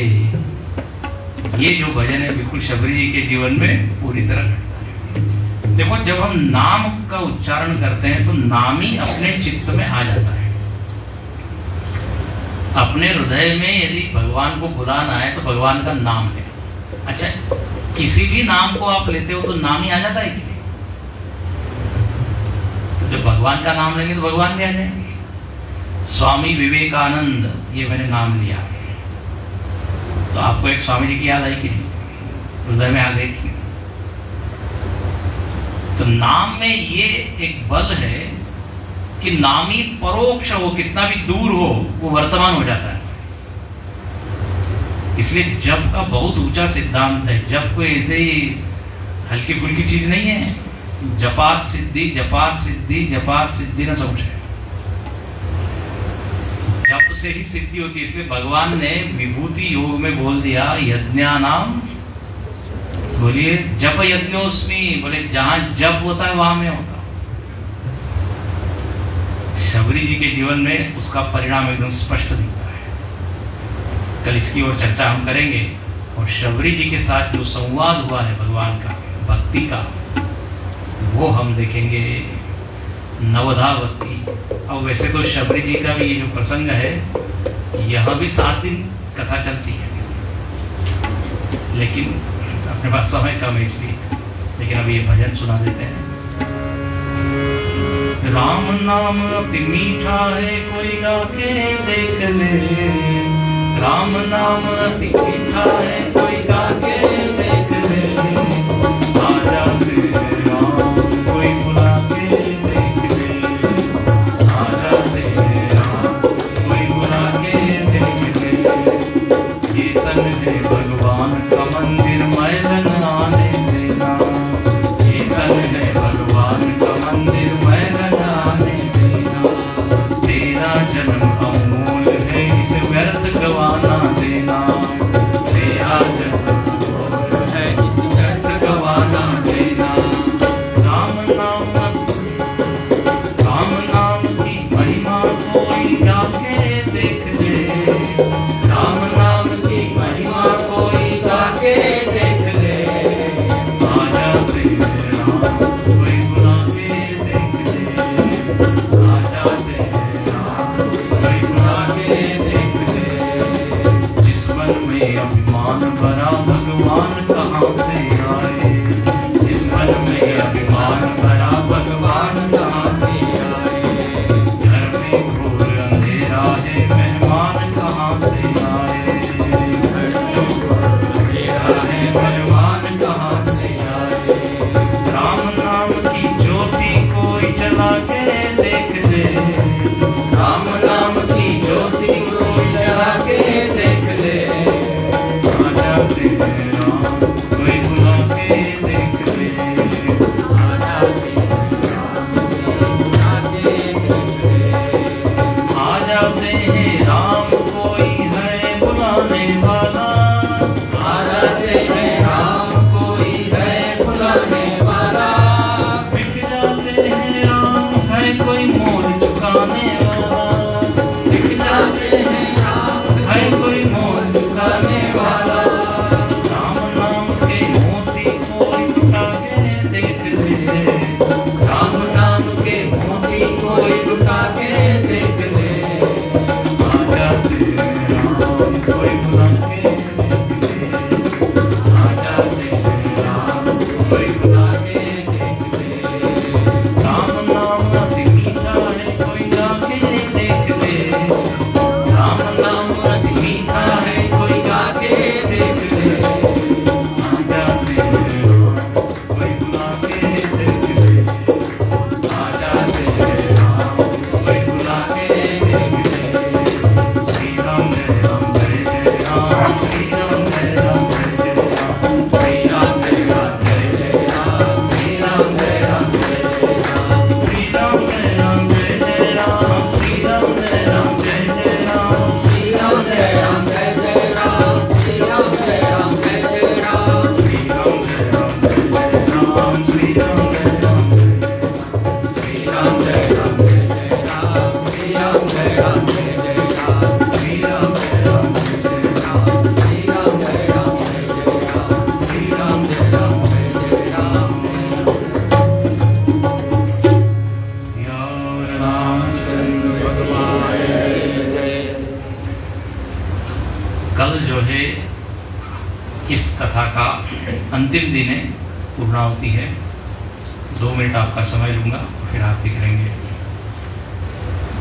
यह जो कार्यक्रम है, ये जो ज्ञान यज्ञ है, ये चिन्मय मिशन प्रयाग द्वारा आयोजित किया गया है। आप जानते हैं इतना बड़ा आश्रम है, मंदिर है सुंदर। चिन्मय मिशन एक संस्था है। आप में से ऐसे कितने लोग हैं जो चिन्मय मिशन के बारे में बिल्कुल नहीं जानते? हाथ ऊंचा करिए। चिन्मय मिशन काफी लोग जानते हैं, परिचित हैं? बिल्कुल नहीं जानते, इसलिए मैंने कहा थोड़ा सा परिचय दे दे। एक तो जिस आश्रम में हम बैठे हैं ये चिन्मय मिशन का आश्रम, इतना तो जान लीजिए। पहली बात ये है, यहाँ पे मंदिर है, आश्रम है, स्कूल है। चिन्मय मिशन की स्थापना परम पूज्य गुरुदेव स्वामी चिन्मयानंद जी महाराज ने की। हाँ, इनका और वैसे तो वो दक्षिण भारत के थे और उन्होंने लखनऊ में पढ़ाई की। आप जानते हैं लखनऊ में MA LLB इंग्लिश में MA और फिर LLB। और वो जर्नलिस्ट थे, पेपर्स में लिखते थे। उनको कोई ज्यादा ये साधु सन्यासियों के प्रति ज्यादा कोई श्रद्धा या आदर नहीं। बोले हम ये पेपर में लिख के इनकी पोल खोलेंगे। स्टोरी लिखते ना आजकल कुछ, तो किसी ने कहा आप जाइए कहाँ, हरिद्वार, ऋषिकेश, वहां पे इस वैरायटी के लोग को मिलेंगे, साधु सन्यासी। तो उनको भेजा डिवाइन लाइफ सोसाइटी का एक आश्रम है, दिव्य जीवन संघ, स्वामी शिवानंद जी महाराज, आज भी बहुत बड़ा आश्रम है ऋषिकेश में। वहां पे वो गए हैं और वो उन्होंने सोचा कि जरा देखें कैसे ये जीते हैं साधु, क्या करते हैं। उनको तो यही लगता है खाते पीते सोते हैं और क्या है। लेकिन जब उन्होंने निकट से देखा, निरीक्षण किया, तो इतने प्रभावित हो गए स्वामी शिवानंद जी से। और वो गए नहीं वापस दिल्ली में रहते थे उस समय, अपनी छुट्टी बढ़ाते चले गए और गए थे साधु की पोल खोलने, स्वयं साधु बन गए। स्वामी शिवानंद जी से उन्होंने कहा हमको दीक्षा दीजिए, तो शिवानंद जी महाराज ने उनको दीक्षा दी। तब उनका नाम हुआ स्वामी चिन्मयानंद जी। पहले उनका नाम था बालन, केरल के थे। और शिवानंद जी से उन्होंने ये प्रार्थना की कि मैं ये वेदांत, उपनिषद, ब्रह्म ज्ञान और अधिक जानना चाहता हूँ। तो शिवानंद जी ने कहा तुम जाओ तपोवन जी महाराज के पास, हिमालय में, वो उस समय उत्तर काशी में रहा करते थे, उनके पास भेजा। तपोवन जी महाराज बड़े अनुशासन प्रिय, उनके पास टिकना बड़ा कठिन था। लेकिन गुरुदेव कहते हैं स्वामी चिन्मयानंद जी, क्योंकि बार बार गुरु का नाम नहीं लेना चाहिए, तो मैं गुरुदेव शब्द का, गुरुदेव वहां गए तो तपोवन जी महाराज पूछते हैं कि ये क्या प्रमाण है कि आपको शिवानंद जी ने भेजा है? कोई पत्र लेके आए हो आप? पत्र तो कुछ लेके नहीं आए। बोले पत्र लेके आइए तब हम आपको हम रखें।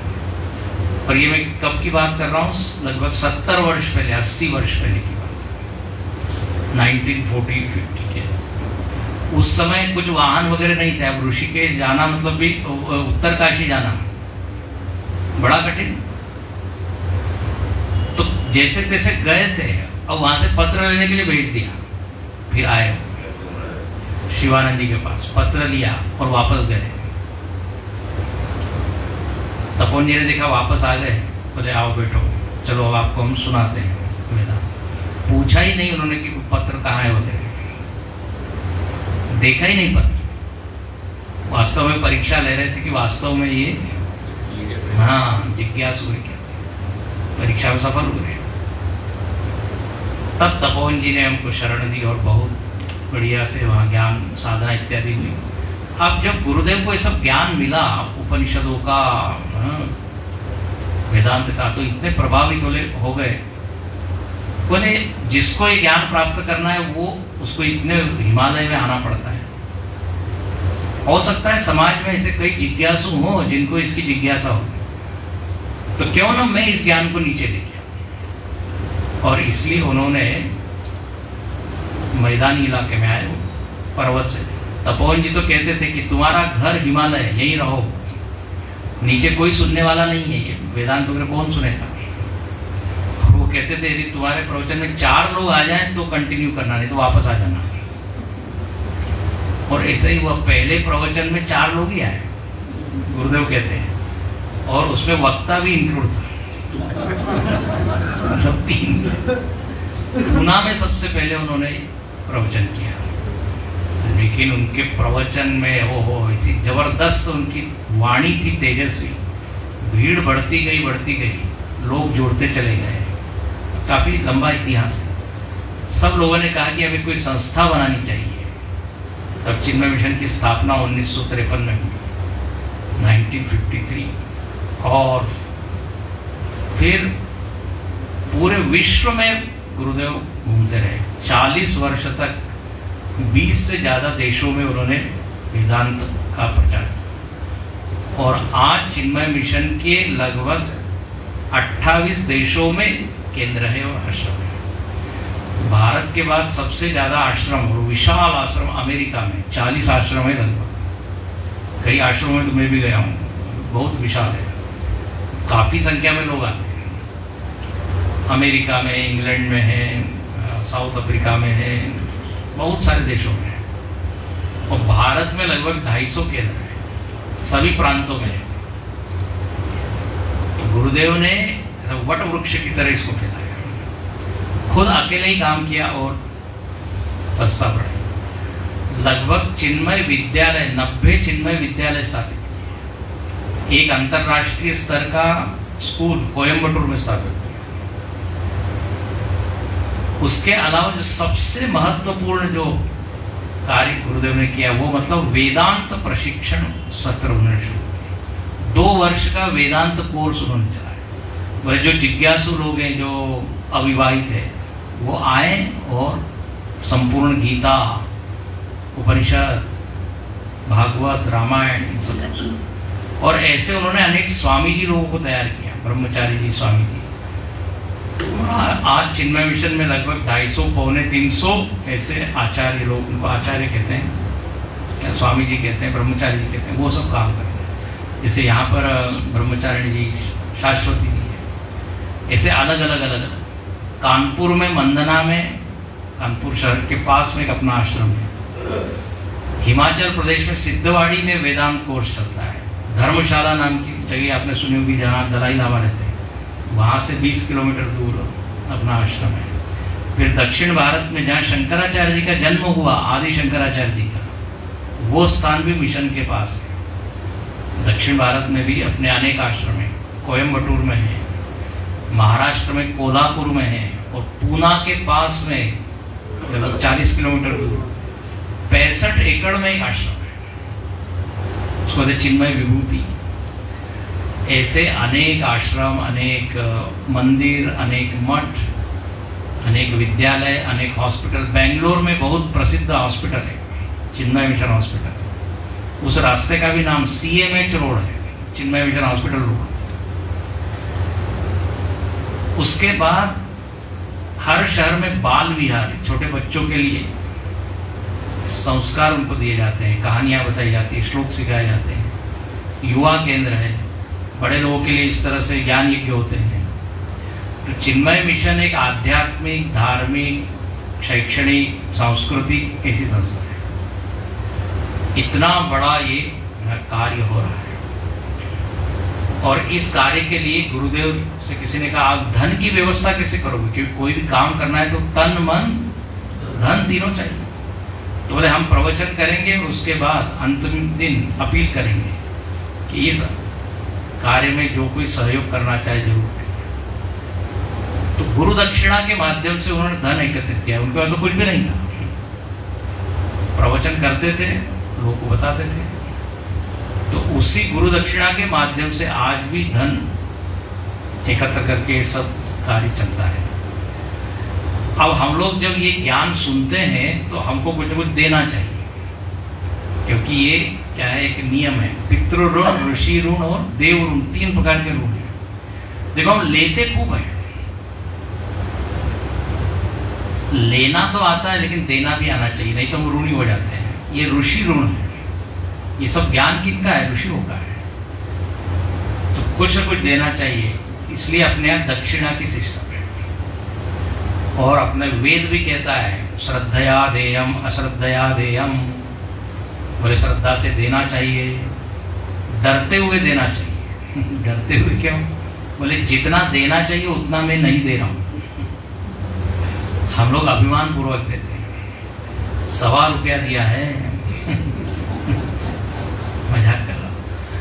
तो श्रद्धया देयम, रिया देयम, भिया देयम, संविदा देयम, देना भी कैसा चाहिए? बोले वो सब है। तो गुरुदेव कहा करते थे कि आपको यदि लगता है कि ये कार्य और आगे बढ़े, देखो आज हिंदू धर्म, सनातन धर्म को ऐसे कार्यों की बहुत जरूरत है, नहीं तो अपना धर्म धीरे धीरे धीरे, अब कोई रामायण सुनेगा ही नहीं, गीता सुनेगा ही नहीं, उपनिषद सुनेगा ही नहीं, तो हिंदू धर्म कहाँ बचेगा? आज भी जब किसी हिंदू व्यक्ति से पूछते जरा सुनाओ गीता के 2-4 श्लोक, उपनिषद क्या है, कुछ पता नहीं। बोले फिर क्या है कि तुम हिंदू। इसलिए गुरुदेव कहा करते थे कि मैं हिंदुओं को हिंदू बनाना चाहता हूं, और अपने धर्म का आधार शास्त्र है। शास्त्र में से सारे मान्यताएं, विश्वास, परंपराएं सब निकली है। इसलिए उन्होंने शास्त्र को पकड़ा, कहा कि शास्त्र को जानो तो अपने धर्म को आप जानो, नहीं तो लोग हंसी उड़ाते हैं, क्यों कर रहे हैं मालूम ही नहीं है। इसलिए अपने शास्त्र को जानना चाहिए। तो सारे उसमें नियम बताए। गीता में कहा है यज्ञ, दान और तप ये करना चाहिए। दान करना चाहिए, दान से द्रव्य शुद्धि होती है, क्योंकि हम जब पैसा कमाते हैं तो उसमें कई बेईमानी कुछ भी हो जाता है, दोष आ जाते हैं, अशुद्धि आ जाती है। प्रयत्न तो ये हो कि वो न करें, लेकिन यदि हो गया हो तो देकर वो शुद्ध होता है। इसलिए ये परंपरा डाली गई है। तो कल जब आप आए तो यदि आपको लगता है, इसमें कोई जबरदस्ती नहीं है, लगता हो तो दीजिए, क्षमता हो तो दीजिए, ऐसा कोई ये नहीं, लेकिन एक प्रार्थना करते हैं, क्योंकि मांगने में बुराई नहीं है, भगवान का कार्य है, कोई स्वार्थ के लिए, व्यक्ति के लिए नहीं है। तो जब आप जाएंगे तो आपको एक लिफाफा दिया जाएगा, उसके ऊपर आप नाम, पता इत्यादि लिख दीजिए, ताकि आपको अगले कार्यक्रम की सूचना दी जाएगी इसलिए। ठीक है, तो ये कार्यक्रम कल होगा और कल अपना ज्ञान यज्ञ ये पूर्ण होगा। ठीक है, इस समय चिन्मय मिशन के जो मुख्य स्वामी जी, उनका नाम है स्वामी स्वरूपानंद जी। वैसे बहुत सारे स्वामी जी, इस आश्रम को जिन्होंने बनाया आप जानते ही होंगे, परम पूज्य स्वामी सुबोधानंद जी। वो इस नॉर्थ, पूरे उत्तर भारत के मुख्य थे, लेकिन उनकी समाधि हो गई है। बड़ी दुख की बात है। कुछ 1 साल हो गए, 2 साल का। तो उन्होंने सब बनाया, ऐसे अच्छे अच्छे स्वामी जी अपने पास हैं। तो आप यदि यहाँ आते रहेंगे तो परिचय होगा। आप आते रहिए, यहाँ पे ब्रह्मचारिणी जी, इनका सत्संग कीजिए, मंदिर में आइए, भगवान शंकर पूजा कीजिए, अभिषेक कीजिए। वहाँ पर भी सत्संग हो सकता है, कभी कभी वहाँ ले सकते हैं आप, जो सारे दर्शनार्थी आते हैं उनके लिए कुछ। तो इस तरह आप जुड़िए, आपको और अधिक परिचय होगा और ज़्यादा लाभ होगा। आपको इस ज्ञान यज्ञ में आनंद तो आ रहा है ना, तो आनंद भी और भी आ गया है। ठीक है, इस परिवार के सदस्य आप लोग बनिए। मैं जरा ज़्यादा समय ले लिया। ये जो आपको गुरुदक्षिणा का लिफाफा मिला है, इस पे आप अपना ऐसा फ़ोन नंबर लिखिएगा जो आपके व्हाट्सएप में हो, जो लोग व्हाट्सएप चलाते हो, ताकि हम चिन्मय मिशन प्रयाग का जो व्हाट्सएप समूह है उसमें आपको जोड़ सकें और आगामी कार्यक्रमों की सूचना आप सभी को समय से उपलब्ध होती है। आज की आरती के लिए मैं श्रीमती शकुंतला उपाध्याय जी, श्रीमती आशानाथ जी को बुलाऊंगा। एक अकारण ही तीर्थराज प्रयाग में रहने का हम लोगों को एक परम सौभाग्य प्राप्त है। चिन्मय मिशन के बहुत से केंद्र हैं, हमारे बहुत से स्वामी लोग हैं, वो कहीं ना कहीं किसी केंद्र में प्रवचन करते रहते हैं, लेकिन प्रयाग का ये सौभाग्य है कि हमारी यहाँ पीठ पर बैठने वाले आचार्य वो आचार्य हैं जिनको गुरुदेव की कृपा से या भगवत संकल्प से, वो हमारे गुरुकुल के आचार्य लोग रहे हैं, जो कि हमारे वेदांत शिक्षण के आचार्य रहे हैं। वो चाहे पूज्य हम सबके गुरु जी तेजोमयानंद जी, स्वामी सुबोधानंद जी, माधवानंद जी, पूज्य स्वामी अद्वैतानंद जी, पूज्य स्वामी अभेदानंद जी, ये सारे के सारे ये आचार्य जो यहाँ नियमित रूप से आते हैं, सारे के सारे हमारे गुरुकुल के आचार्य लोग रहे हैं। इसलिए प्रयाग को मैं इसको विशेष कृपा मानता हूँ कि हमारा केंद्र जो है वो गुरुदेव से और भगवान की कृपा से विशेष रूप से अवसंचित है। इसके अलावा जैसे नारद जी को वहीं ठहरने का नहीं श्राप था, कुछ ठहर के गुरुकुल तो चला शिक्षा दे नहीं सकते थे, वैसे ही हमारे पूज्य स्वामी चिद्रूपानंद जी, उनकी उपस्थिति बहुत थोड़े समय के लिए होती है,